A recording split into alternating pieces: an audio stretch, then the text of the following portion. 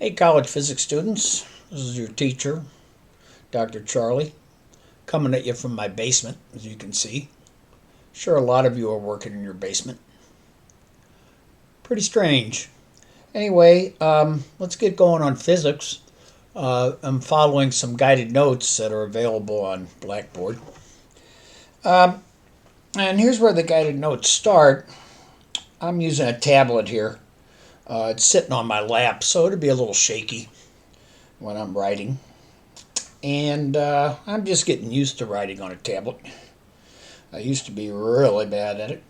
Before I get started, though, let's just talk about physics in general for a couple minutes. You don't need any notes on this. Physics is the using the mathematical laws of nature to predict the future. If I drop something right here, let me find, here's a pen. If I drop something right here, I predict that it will hit the ground in about 0.45 seconds. Right on. So I just predicted the future. And I used a mathematical law that we're going to cover in Chapter 2. And it's a big program. It's led to some pretty fantastic advances by the human race. Anyway, what the part of physics that this course deals with is primarily the relationship between force and motion.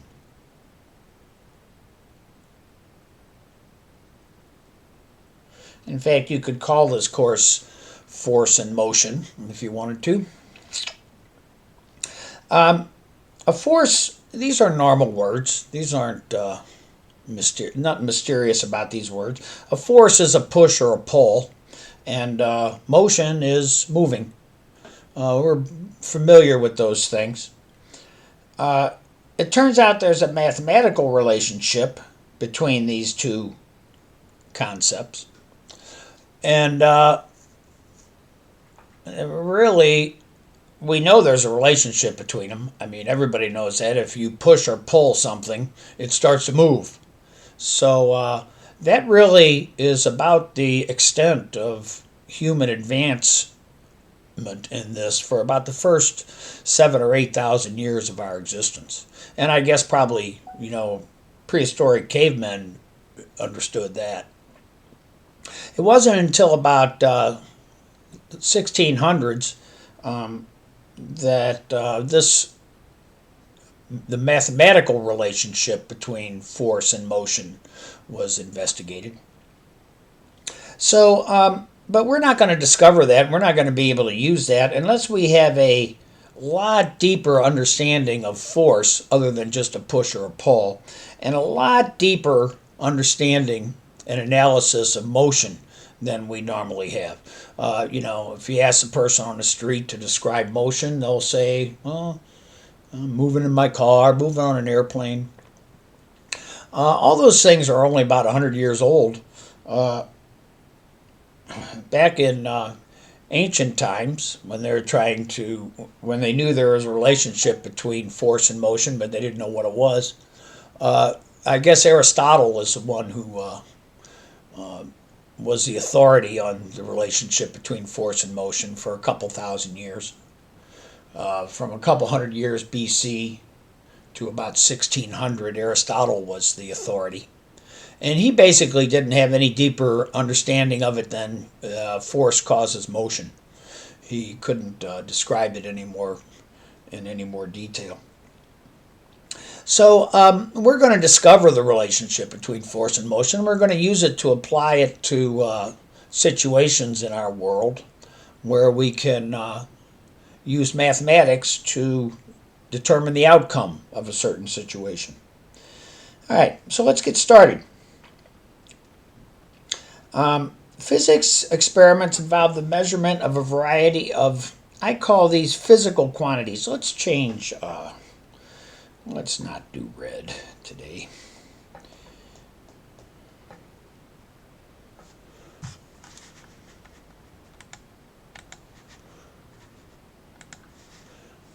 Let's do, where's my pen? I guess, is this my pen?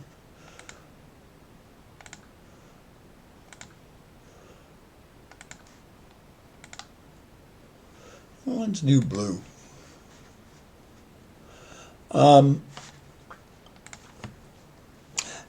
Physical quantities.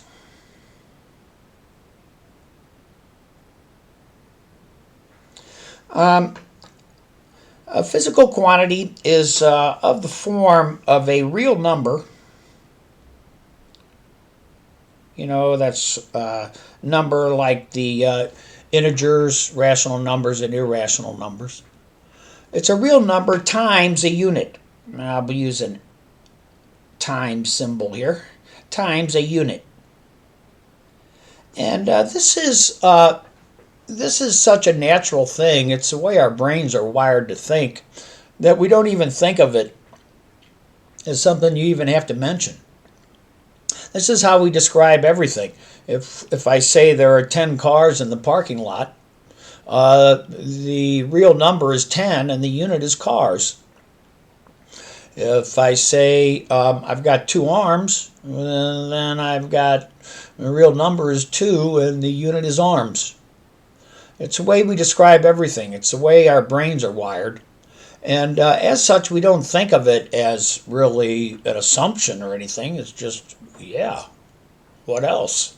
It turns out, though, that there are realms of the universe where you can't describe the physical world this way.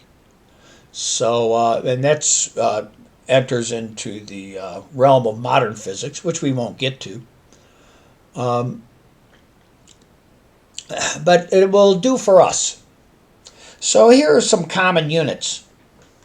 If I want to describe a length, I give you a certain number of meters. If I wanted to define a mass, which we will be talking about all semester, mass is the quantity of matter something contains, then I'll tell you a real number times kilograms. This multiplication here is a true multiplication, so it obeys all the properties of multiplication that we have in arithmetic class. And a unit of time is a second. These are the units we're going to primarily stick to. This is the units the rest of the world is using, by the way. It's only the United States and a couple of third world countries that use feet for length. They use slugs, although you never hear it, slugs for mass, and they use seconds for time in this country, but nowhere else. Okay, well, here's a couple of different sets of units. It turns out the unit of length, mass, and time are going to be called defined units, because it turns out that you can't add a meter to a kilogram, but you can multiply a meter times a kilogram, and you can divide a meter by a kilogram. So there's going to be also derived units. But these are going to be the 3 basic defined units. They were defined by the French a couple hundred years ago, and the meter was the length of a platinum bar that was in a museum in Paris. The kilogram was the mass of a platinum chunk that was in the same museum in Paris. And a second was a fraction of the time it takes the Earth to go around the sun once. Like 1/37 millionth, close to it. Okay, so these are the 3 metric or SI units. That's French for international system. And that's what most scientific areas use. If you've had some chemistry, you might have used these kind of related units of length. A meter is pretty big. It's about the length, about a yard. So if you're measuring small stuff on your tabletop, it turns out to be an inconvenient unit. A centimeter is about a half of an inch. So that turns out to be a little bit more convenient for tabletop kinds of things. A gram is 1/1000th of a kilogram. So there's about 30 grams in an ounce or so. And a second is a second. And then here's our units, foot, slug, and seconds. We hardly ever encounter those, but these we might. Um, it's a conversion of units. Well, if you're given a quantity and some kind of units and you want to convert it to other ones, you need to do conversions. Many of you are already familiar with this, and most of us have had to do this at some time in our life. But we're gonna do, it's going to get a little more complicated in this class than our day-to-day lives get. So we're going to have a procedure for doing this. These are called conversion factors. None of these would have to be memorized. They'd all be given to you. 1 mile is 1.609 kilometers. 1 foot is 0.3048 meters. A liter is 10 to the minus 3 meters cubed. Those are all examples that we probably won't encounter very much. A horsepower is 746 watts. We won't encounter those very much. There's just a couple of unit conversions. It's just useful to know. I mean, you'll be given them on a test if you need them, but it's useful to know. And one that I remember because it comes up so much is 2.54 centimeters equals 1 inch. And 100 centimeters equals 1 meter. Centi means 1/100th. And milli means 1,000ths. So 1,000 millimeters equals 1 meter. Millimeters equals 1 meter. So milli means 1,000. Centi means 1/100th. There's a whole set of prefixes. Except on rare occasions, very few of them will come up. And when we do, we'll just look them up. Okay, here's another conversion factor. 3.281 feet equals 1 meter. So here's an example. So this waterfall has a drop of 979 meters, and we want to express the drop in feet. So here's what we do. We take 979 meters, and we multiply this by a factor that's numerically equal to 1. The numerator and denominator are going to be equal to one another. And we want to have feet on the top, so we'll put 3.281 feet on the top. And we want meters to cancel. Remember I said that units can be multiplied and divided, and they can also cancel by the same rules, and this would be 1 meter down here. You see, this is numerically equal to 1. Anytime you take a number and divide it by itself, something equal to it, you get 1. So I'm multiplying this 979 by 1, but I'm converting the units because now these meters cancel. And so to get the answer here, I got to take 979 times 3.281. So let me grab my calculator here. Where is the calculator? Here's a calculator. Any scientific calculator will work for this class. This one I just happen to have on my computer. So I'm going to take 979 times 3.281. And I get 3212.099 feet. 3212.099 feet. That's a lot of feet.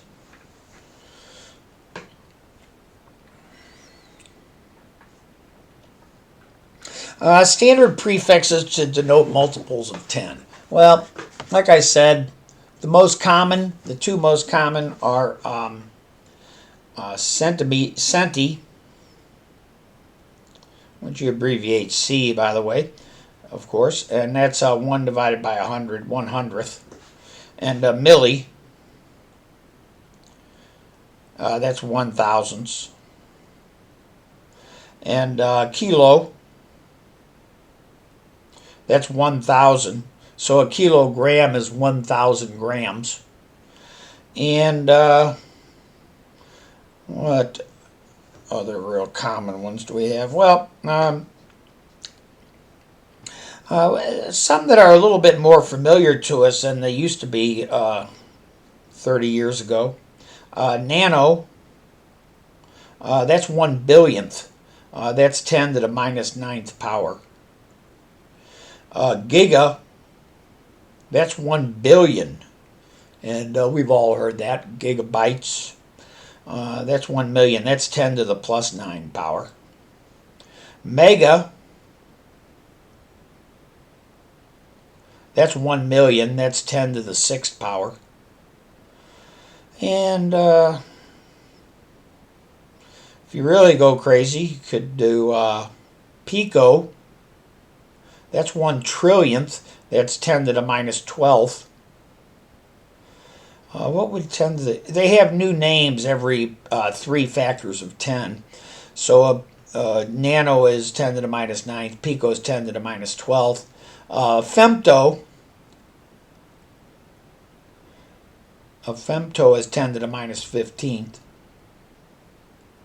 And they have new names every time you go up 3 in the large units. Giga, 10 to the, mega is 10 to the 6th. Giga is 10 to the 9th. What's after?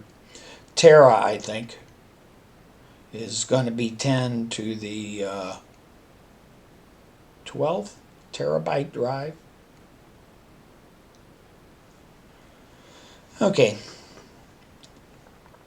Like I said, these 3 will show up frequently. The rest of them, not so much. Reasoning strategy for converting. In all calculations, write down the units explicitly. Treat all units as algebraic quantities. When identical units are divided, they are eliminated algebraically. That means they cancel. Using conversion factors located on the page facing the inside cover, be guided by the fact that multiplying or dividing equation by a factor of 1 does not alter the equation. Okay, so let's do a little bit more complicated. We want to take 65 miles per hour, which is a unit we use for speed in our culture, and we want to convert that to units of meters per second. That's going to be the units that we use in this class for speed. And they want to use 5,280 feet as a mile, 3,600 seconds is an hour, and this is 1 meter. Okay, so I'm going to take 65 miles per hour, and I'm going to multiply by 1 hour per 3,600 seconds. Then these hours will cancel. And then what do I want to do? I want to change this mile into meters. I'm going to have to do that in 2 steps. I'm going to multiply it by 5,280 feet divided by 1 mile. Then my miles cancel. And this would give me feet per second. But that's not what I want. I want to convert that feet into meters. So I'm going to multiply by 1 meter over 3.281 feet. See, I didn't have to memorize any of these conversion factors. They're just given to me. And now I just have to do the arithmetic. I got to take 65 times 5280. Multiplying or dividing by 1 doesn't take anything. Then I'm going to divide by 3,600. Then I'm going to divide by 3.28. And I'm just going to do this as a long string on my calculator. I'm going to take 65. Oops, I'm going to turn it on. I'm going to take 65 times 5280 times 1. Didn't need to do that. Then I'm going to divide that by 3,600. Then I'm going to divide that by 3.281.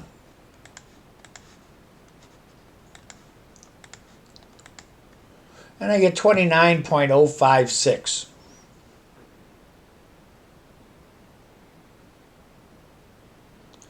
This is significant digits are important, um, but we have actually more serious problems. Uh, so I'm not a real stickler on significant digits, but I am a stickler on units. I need to put meters per second after this if I want to get any points for it. Now I've rounded it off to 3 decimal places. That's actually 5 significant figures, right? Because this is significant, this is significant, this is significant, this is significant, and that's significant. So that's 5 significant figures.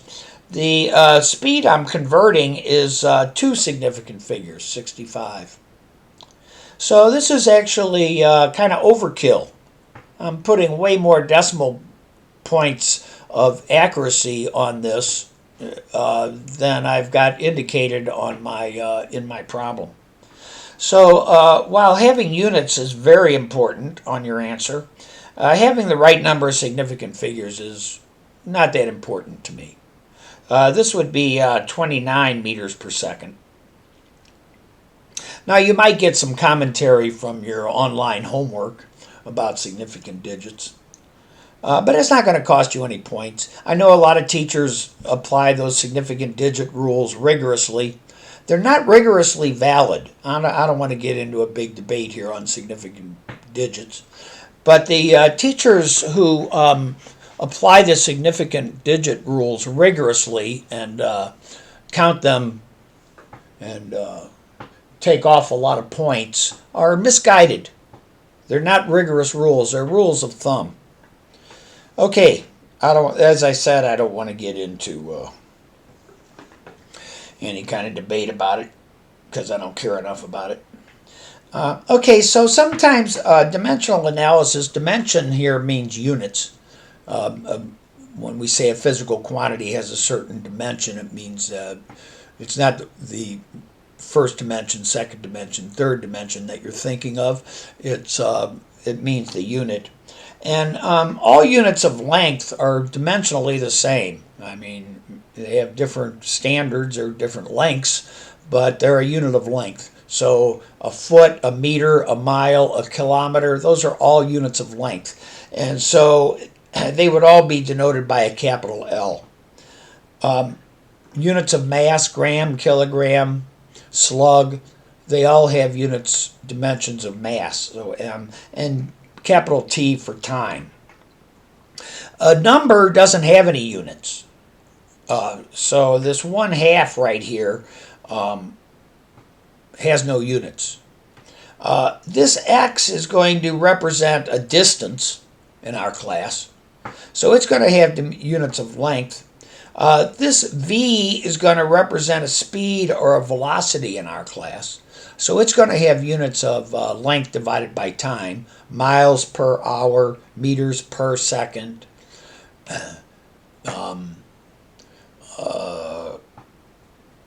cubits per fortnight. And T is going to represent time in our class. So let's see if this equation is dimensionally correct. That means if I have an equation, the units on the left have to equal the units on the right. The units over here I have are length. The units of 1/2 are nothing. The units I have of velocity are length over time. And the units I have for time are time squared. So one of these squareds cancel.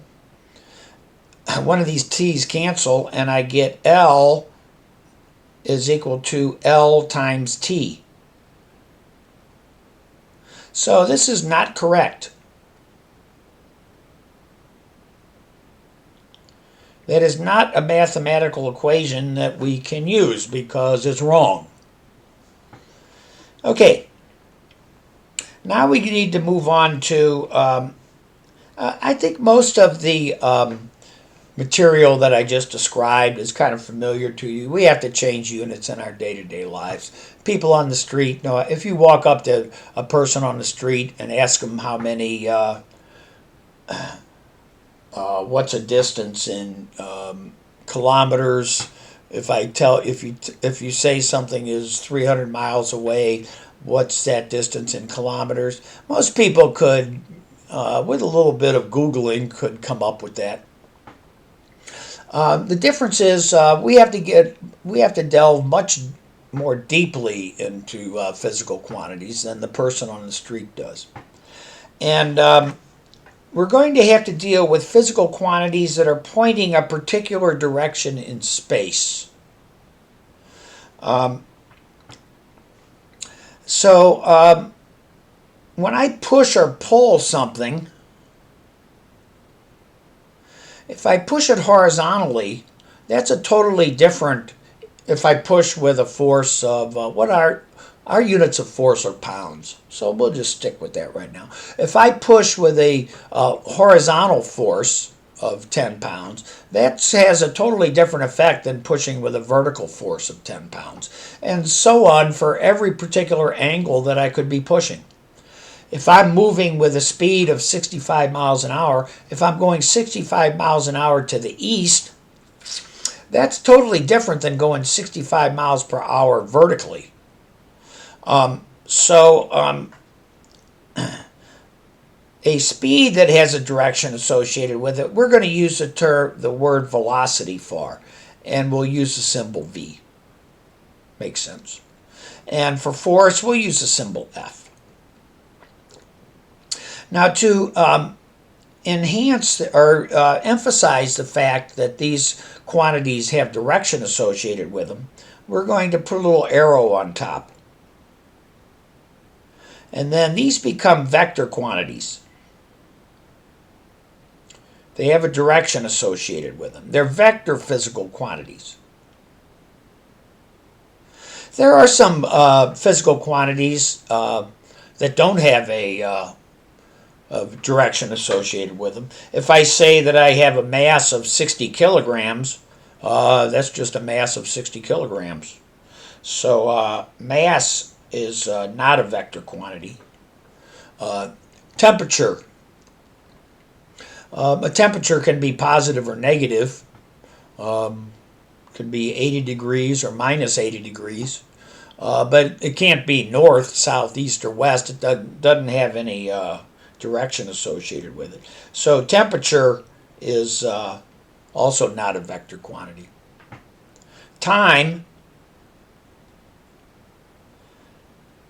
you don't ever have to talk about 30 seconds in the northerly direction. These are not vector quantities. They're called scalars. All right, so we're going to represent vector quantities, vector physical quantities, with an arrow drawn on a XY axis, an arrow that's pointing in a particular direction. And that's going to mean we have to use trigonometry. We only have to use very simple trigonometry in this class. Some of you have had this before, some of you may not have. But you'll get introduced to it here, and we'll do a little work with it. All the trigonometry you need to know is on this page. First of all, this is a right triangle because there's a 90-degree angle in it. It has an angle here which is denoted with the Greek letter theta. And you'll get used to that too. A triangle has to have 180 degrees in it. Most of us know that. So this angle and this angle have to add up to be 90 degrees because I've already used up 90 with this right angle here. So the angle up here is 90 degrees minus theta. That's called the complement of the angle. Theta complement. Okay, it was discovered a long time ago that if you have a right triangle like this, you see this is the angle theta. This is the opposite side of the angle theta. Because if I crawl out from the angle theta, I'll hit this. And so H0 is what this book is going to call the opposite side. HA is what this book is going to call the adjacent side of angle theta. And somebody just determined, the ancient Greeks, that anytime you have a right triangle like this, no matter how big it is, if it has the same angle here, I could like extend this out here and make a much bigger triangle.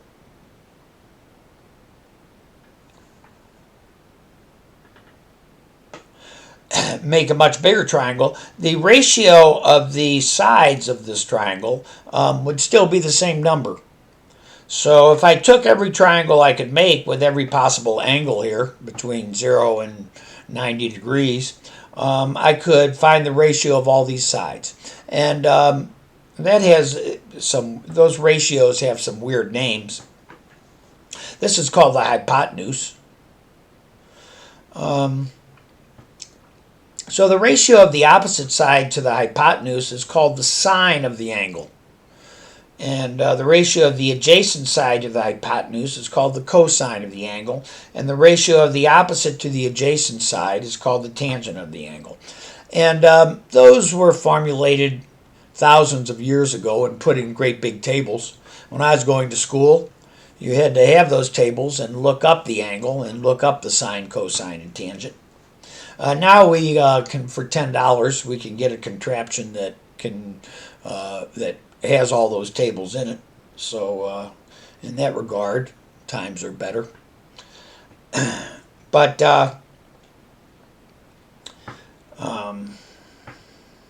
let's see. Let me just make up an angle here. 30 degrees. We're going to use degrees for angle primarily in this class, especially when we're talking about triangles. We're going to use degrees. There are other units for angles. Radians, maybe you've heard of. Gradians. But we'll stick with degrees.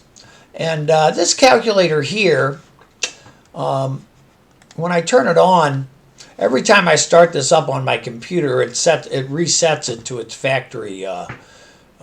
factory settings. And so I have to always go to mode, and this will come up on radians.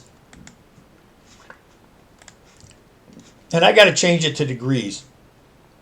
Depending on what kind of calculator you have, you might have a little DRG showing up on the screen. That stands for degrees, radians, and gradians. So I'm going to change it to degrees, and then second quit goes back to home. This calculator does a little bit too much for what we need in this class, but many of you are familiar with it and have used it in math classes. So to take the sine of 30 degrees, I look for the sine button. Sine of 30. And I get 0.5. I usually remember that the sine of 30 degrees is 0.5, and I usually do that just to check to make sure my calculator's in degrees. It's a little check. What's the cosine of 30 degrees? Well, here's the cosine button. 0.866. What's the tangent of 30 degrees? Well, here's the tangent button.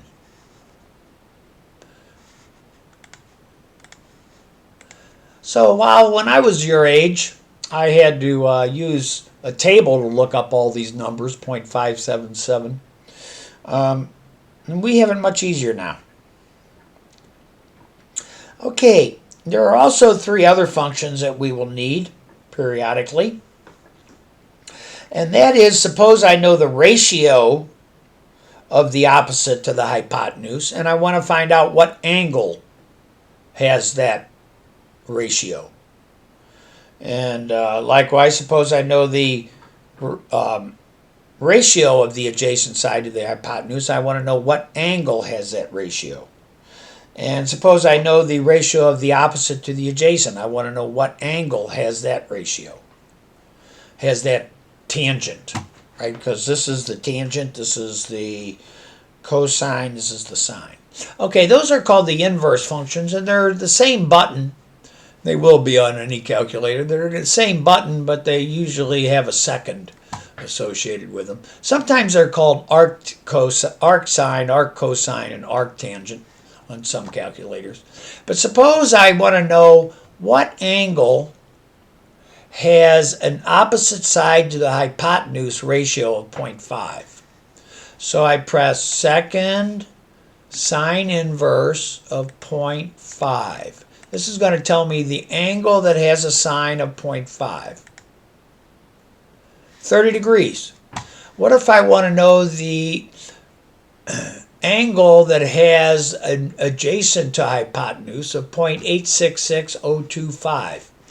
I would do the inverse cosine. 0.866, 0.866. Let's just round it to that and see what happens. 30.0029 degrees, pretty close to 30. And suppose I want to know what angle has a tangent of 0.57735. So I do second tangent inverse of 0.577, oops, too many sevens, 35. 29.9999, very close to 30. Okay, so we're going to have to use those functions. And there's one more thing we need about right triangles that I don't see here.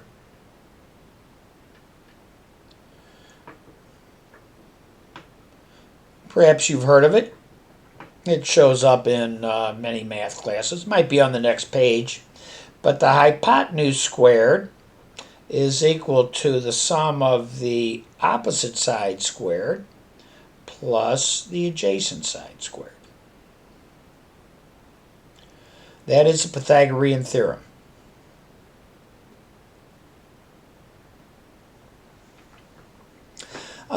Actually, one way to remember this, that the sine is the opposite over the hypotenuse, the cosine is the adjacent over the hypotenuse, and the tangent is the opposite over the adjacent. There's a little mnemonic for that. The sine is the opposite over the hypotenuse. The cosine is the adjacent over the hypotenuse. And the tangent is the opposite over the adjacent. SOHCAHTOA.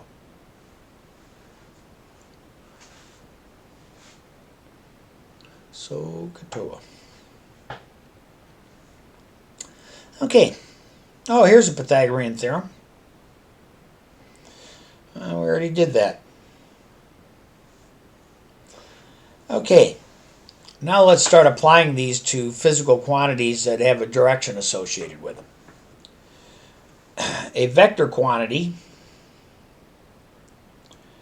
is one that can be described by, a scalar quantity. You got to read the scalar quantity is one that can be described by a single number in a unit. So I already talked about a couple of these: mass, temperature, time.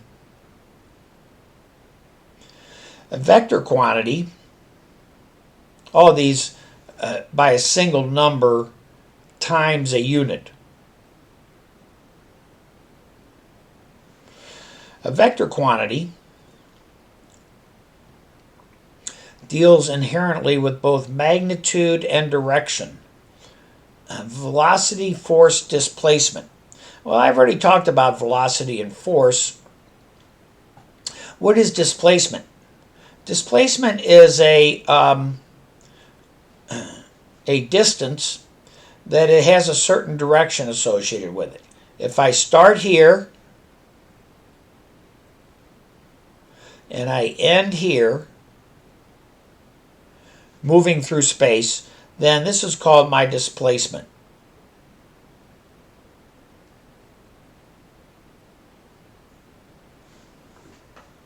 And so, a displacement north is different than a displacement east, even though they might be the same distance. And it's different than a displacement northeast. We're going to always measure, try to always measure the angle that a vector quantity makes with the positive x direction. So traditionally, in your math courses, you've called the horizontal axis the x-axis and the vertical axis the y-axis. We'll do the same thing. And so when we're measuring angles, you can measure this angle to describe this displacement and so on. We're going to try to always use the angle with the positive x-axis. Okay, let's see what we're supposed to do here. Vector addition and subtraction. Here's why we have to be able to deal competently with vectors, because when we have two forces, for instance, two pushes acting on an object, one say east and one say north. Suppose, let's do a concrete example here. Suppose here's an object. I don't care what it is. And I got one gentleman pushing on it with a 10-pound force to the east. And I've got another person pushing on it with a 10-pound force to the north. Here's how I would picture that situation. Now, the combination of these two forces is going to be the sum of these two vectors. And here's what I mean by the sum of two vectors. I take my first 10-pound force to the east, and I place my second 10-pound force with its tail at the head of the first force, and then the starting point to the ending point is going to be the net force, the sum of the two forces. So that's what I mean by a vector sum. Now, it doesn't matter if I'm adding two velocities or adding two forces or adding two displacements. I do it the same way. I take the first one and I place the tail of the second one at the head of the first one, and then I connect the starting point to the ending point. If I have three forces to add, suppose I also have someone pushing on it here at 45 degrees. Then I would place that vector here, and now the sum of my two forces would be that. Oops. Where did my, here it is. Okay, let's forget this third force for the minute. What is the sum of these two 10-pound forces? If you walk up to somebody on the street and you say, oh, I got two guys pushing on this object, each with a 10-pound force, how much is the total force on that object? They're going to say 20 pounds. And they're going to be dead wrong. That's why we don't let people on the street build bridges or design houses or airplanes. The sum of these two 10-pound forces is going to be the Pythagorean theorem. It's going to be the square root of, because that's the hypotenuse of these two, this right triangle. It's going to be the square root of 10 squared plus 10 squared pounds. Notice that the thing inside the square root has units of pounds squared, but when I square root it, it's going to have units of pounds. Okay, square root of 10 squared plus 10 squared, that's 14.1 pounds, as your calculator will tell you. So these two 10-pound forces add up to be a net force of 14.1 pounds, not 20 pounds. And if one guy was pushing east with 10 pounds and another guy was pushing west with 10 pounds, what would be the sum of those two? 0 pounds. Those two guys are just pushing against one another. They're not going to move that object in the slightest. Okay, vector subtraction. It turns out that when we denote vectors, sometimes we just use A and B for vectors, and we denote the fact that they're vectors by putting little arrows on top. So this would be the vector sum of two vectors A and B. Well, it turns out that subtraction is the same as adding a negative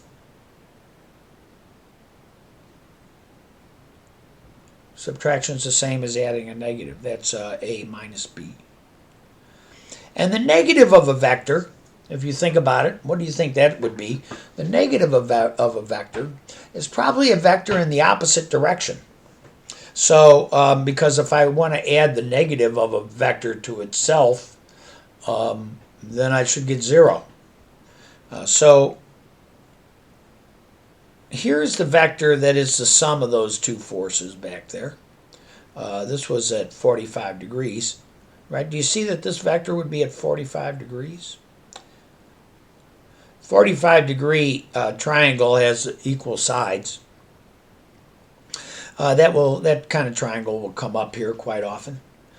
So this would be a vector 14.1 pounds. Here's how I'd write it. 14.1 pounds at 45 degrees. The negative of that vector would be this. What angle is that? That's this angle. The negative of that vector would be 14.1 pounds. It's got the same length. At what angle? Well, this looks like it's 180 plus 45. I think that's at 225 degrees. That would be the negative of that vector. Same vector with an angle 180 degrees off. Okay, here's an example. What is the magnitude of the vector r? The length of a vector, whether the vector represents a distance or a force or a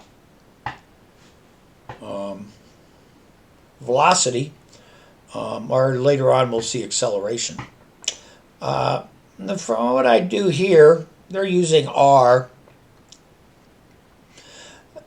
Common symbol for r is a vector sum. This is the sum of a 6-meter displacement to the east and a 2-meter displacement to the north. Come on.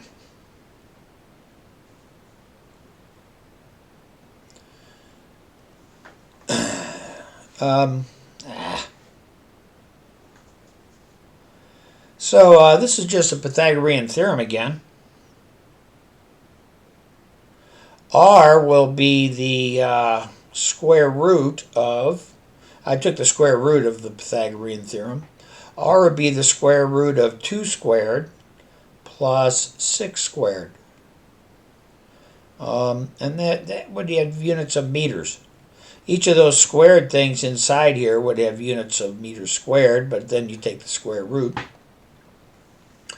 So, let's just see what that is with our calculator here. Turn it on. And I take, here's the square root button. And here's the squared button, same button. So I'm just going to do 2 squared plus 6 squared. Close that square root parentheses. And I get 6.3245. All right.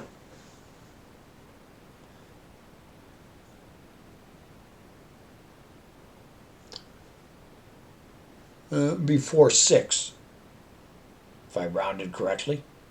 How many significant digits should I use here? Well, look at these, 6.00. That's 3 significant digits, because otherwise there's no, if these zeros aren't significant, then there's no reason to write them. So I want 3 significant digits. That'd be 6.32.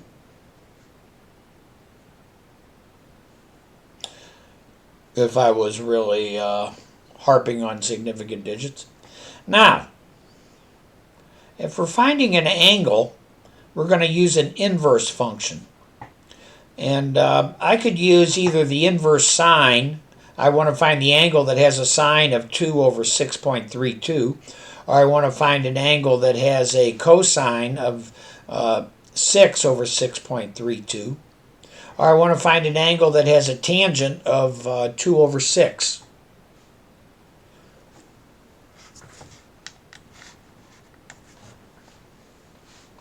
Most people use the inverse tangent function. That would be the inverse tangent of 2 divided by 6. That would tell me what this angle is here. So what do I do? Take second tangent inverse of 2 divided by 6. And I get 18.43 degrees. 18.4 degrees. All right, not bad.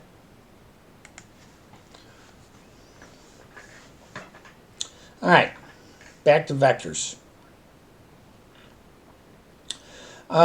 We're going to deal with vectors in a lot of situations, and we need a little bit more formal way to add them together.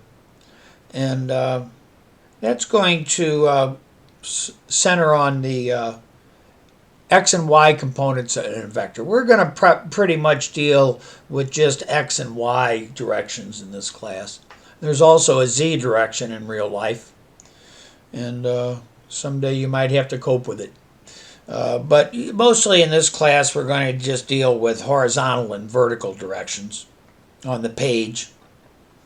If it could represent north, south, east, or west. It could represent horizontal and vertical.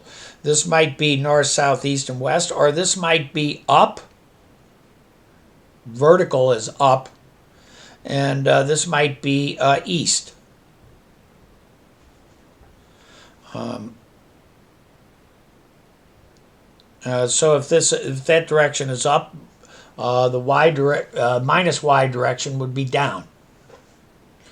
Okay, so to deal with a vector and to add them up easily, we're going to define how much of the vector is in the x direction. That's this. Here's the vector here. This could be a force, a velocity, or a displacement. How much of the vector is in the x direction? And that's going to be called the x component. And how much of the vector is in the y direction? Guess what? That's going to be called the y component. And we symbolize them. People tend to get sloppy with drawing their little arrows here. In a textbook, a lot of times people don't draw those arrows. They just use boldface symbols for vectors. And so this is the y component. So the magnitude of the vector is the length of this vector. The x component is the length of the adjacent side of the vector. And the y component is the length of the opposite side of the vector. Okay, why are we going through all this? Well, so what this means is that the vector itself is a combination of the amount in the x direction. Notice that they haven't written an arrow on top of this a sub x and a sub y. So we can consider any vector to be the sum of some amount that's some x amount and some y amount, and that will be helpful. It would be more helpful if they told us the formulas for a sub x and a sub y. That's pretty easy. The cosine of the angle that the vector makes with the positive x-axis is equal to the x component, that's the adjacent side, over the hypotenuse. The length of this hypotenuse is called the magnitude of the vector A. So I'm going to write it like this. That's the length of that vector. So it's equal to a sub x over the magnitude or length of the vector. So that gives us a formula. A sub x is equal to the magnitude of the vector times the cosine of the angle it makes with the positive x-axis. That formula shows up on formula sheets for all the tests in this class. So there's very little memorizing of formulas. I have pretty extensive formula sheets that are provided with the test. The y component of a vector is the magnitude of the vector times the sine of the angle.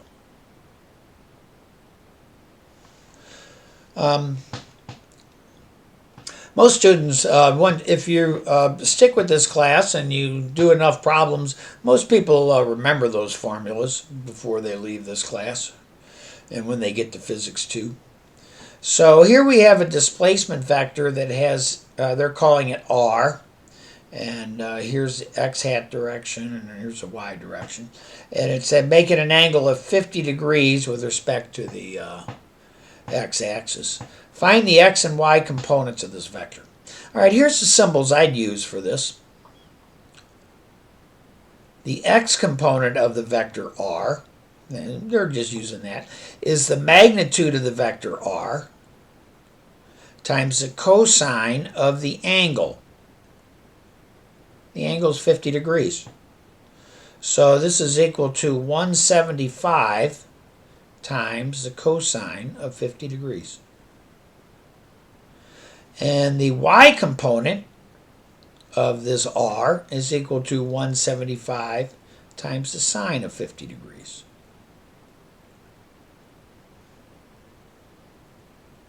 So I just pull out my contraption here, pull out my calculator, and have it take care of this for me. I'm going to take 175 times the cosine of 50. Cosine of 50. And I get 112. How many significant digits do I need here? Well, I got 3 in this problem. So I'm going to make that 112. I'm going to round it off to 3 significant digits. 112 meters. The x and y components have the same units as the vector does. And 175 times the sine of 50. Whoops.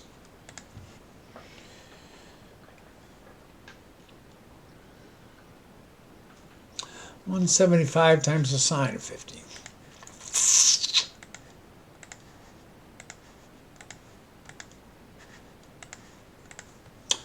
$134 meters. So this displacement vector, 175 meters, has 112 meters horizontal and 134 meters vertically. That's going to be a useful set of things to know when we get to the next example, I bet. Because when we're adding vectors that are pointing off in crazy directions, we're going to add the x components and the y components. You see, here's an example. Here's the first vector. Here's the second vector. And they're adding up to be this third vector. Okay, that means the x component of the third vector is the x component of the first vector plus the x component of the second vector. The y component of the third vector is the y component of the first vector plus the y component of the second vector. So when we're adding two vectors, c is equal to vector a plus vector b, if we break the vector A up into its x and y components, and we break the vector B up into its x and y components, then to find the vector C, the x and y components of C, I just add the x component of A plus the x component of B. To find the y component of C, I add the y component of A plus the y component of B. And so that makes adding two vectors that are at wacky angles kind of automatic. All right, so I'm going to make up an example here. I'm going to add two velocities. Suppose I have velocity 1.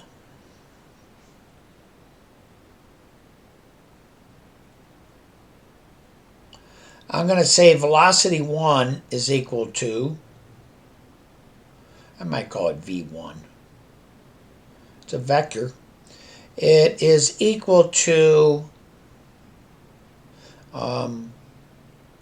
200. I'm going to use miles per hour for velocity units here, since we haven't really gotten into motion yet, and that's the units we use in our day-to-day life. I'm going to make it 200 miles an hour. And now angles can be given in a lot of different weird ways. I'm going to give this angle, I'm going to pick a kind of strange way. I'm going to say it's going 30 degrees south, 30 degrees west of north. And when you get problems here in this book, angles are going to be given in a lot of weird ways. The angles that we're using in our formulas always have to be the angle with the positive x-axis, or our formulas are not correct. So I'm going to add velocity 1, which is 200 miles per hour, 30 degrees west of north. I'm going to add that to velocity 2, which is going to be 100 miles per hour at an angle of east.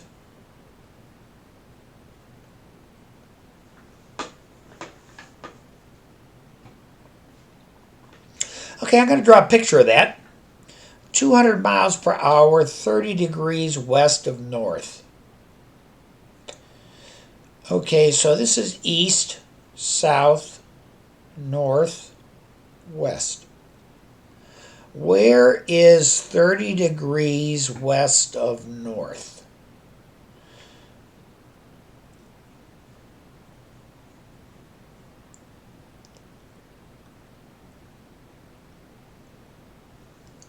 There it is. That's 30 degrees west of north. Okay, so what angle is that? I'm gonna add these two. And what's the other vector? The other vector is 100 miles per hour east. That's easy. So if I'm right here placing the tail of my second vector at the head of my first, then 100 miles per hour east is this way.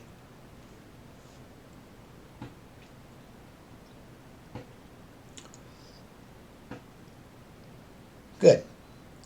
And the sum of these two vectors is this vector here. I may not have that right because that 30 degree vector, if I was doing a scale drawing, should be twice as big as the 100 degree vector. So that may not be a good picture. We're about to find out, because I'm going to take the first vector and find its x and y components. And I'm going to take the second vector and find its x and y components. And then I'm going to add them up to find the sum of those two vectors, the x and y component of the sum of those two vectors. Okay, so how do I do this? To find the x component, I take 200 times the, is that 30 degrees? No. Here's the angle that I need to put in there. So that's 90 plus 30. 90 plus 30 is 120. So I got to take 200, do it over here. I have to take 200 times the cosine of 120 for the vector, for the first vector, for the x component, and I got to take 200 times the sine of 120 for the y component. So let's do that. My calculator. We're still on degrees because the calculator hasn't been shut down and started up. So for my x component, I'm going to take 200 times the cosine of 120. And I get minus 100. X and y components can be positive or negative. You see, I can see why this has a negative x component, because it's pointing off in the second quadrant there. You can't see that picture. This has got a negative x component because it's pointing off in the second quadrant. It's got a positive y component and a negative x component. If the vector is pointing down here, it's got a negative x and a negative y. If it's pointing over here, it's got a positive x and a negative y. And if it's pointing here in the first quadrant, it's got a positive x and a positive y. Okay, so now to find the y component, I just take 200 times the sine of 120. And that should turn out to be positive.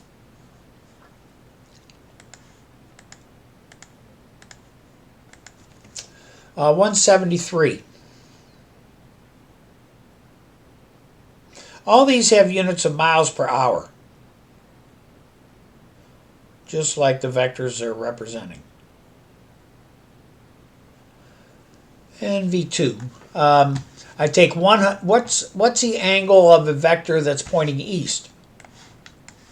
That's a vector that's pointing east. The angle is 0 degrees. So for the second vector, I take 100 times the cosine of 0 degrees. And to find the y component, I take 100 times the sine of 0 degrees. Now, if you have a little bit of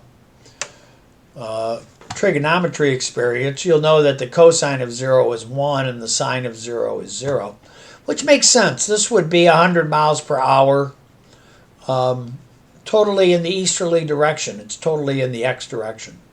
And this would be 0 when I multiply these two together. So what do I get? 100. Cosine of 0 is, you can do that on your calculator. And the sine of 0 is 0.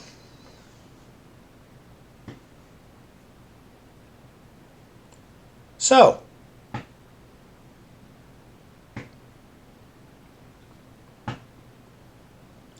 what happens when I add these together? Oh, look at this. The sum of these two velocities is 173 miles per hour in the vertical, totally in the y direction, in the vertical direction. Wow. If I had to make up a story about this, suppose I was in an airplane and I'm flying east. So I've got a compass, I'm sitting in my airplane, I'm flying 100 miles per hour east. And suppose the air outside, the wind velocity, was 200 miles per hour, 30 degrees west of north. That's a high wind. Those kind of winds are possible up in the jet stream, by the way. You can have 200 or 300 mile per hour winds in the jet stream. If I thought that I was flying east, the direction I would actually be moving is north. So if I was a pilot and flying 100 miles per hour east to go to Boston or something, and I was in this wind, I'd be in big trouble because I'm actually going north. I'm going to be up at the North Pole in no time at all, and I think I'm flying east. So vector additions of velocity are something that pilots have to do. In fact, if you go to pilot school, one of the first things you have to do is this kind of problem. To find out where you're going. That's all the examples for this chapter. So that gets us started. Starting to lay the foundation of dealing with vector forces and vector motion. And see you on the other side.